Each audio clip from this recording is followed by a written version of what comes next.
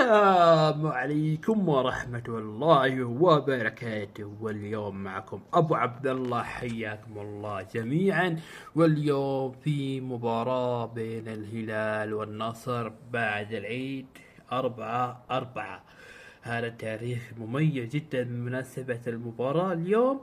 اكتبوا توقعاتكم أو صوتوا لقدامكم. هل النصر يستطيع أن يفوز على الهلال كما فعل المباريات الفرق الماضية كمثل الاتحاد والأهلي وضمك وباقي الفرق الذي خسرنا فيها وتعادلنا فيها؟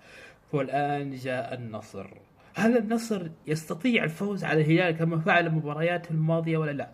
ولكن عندي أخبار حلوة يا شباب وأخبار سيئة. أخبار حلوة إن راح نشوف كانسيلو وراح نشوف سافيتش وراح نشوف باقي الفرق، باقي اللاعبين اللي غابوا بفترة طويلة، ولكن علي بليهي راح يكون موجود أيضا. ولكن متابعة نبي نشوف أكبر عدد من المتابعين بين الهلال والنصر قبل المباراة، وإن شاء الله يكون هذا أول مقطع أنزله قبل جميع الناس عشان في مباراة اليوم 4/4 بعد العيد.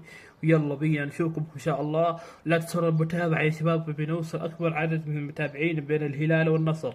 أنا متحمس جدا إني أشوف مباراة، وهل الهلال يستطيع الفوز ولا النصر يستطيع الفوز بعد هذا النتائج الذي رأيناها في الهلال؟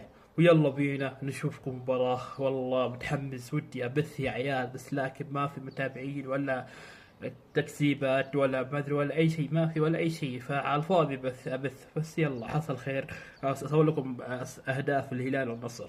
يلا شباب نشوفكم على خير، يلا بعد العيد. كل عام وانتم بخير.